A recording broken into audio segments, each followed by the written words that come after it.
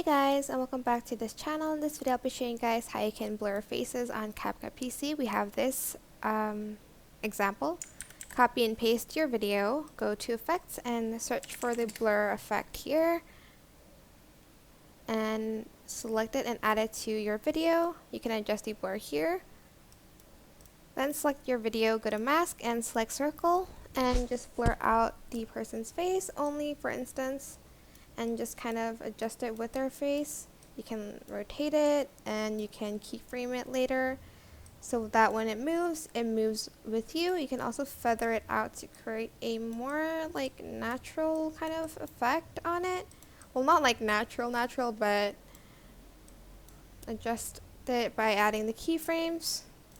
I don't know, I'm working backwards honestly, but she doesn't move a lot. So like here, you can like move the keyframe, move the mask, and here as well. And just adjust it to your video, like over here it goes out of frame. And here as well on the first one. And that is it. I hope this tutorial was helpful for you guys. Don't forget to like, comment, share. Also subscribe to this channel if you haven't done that already.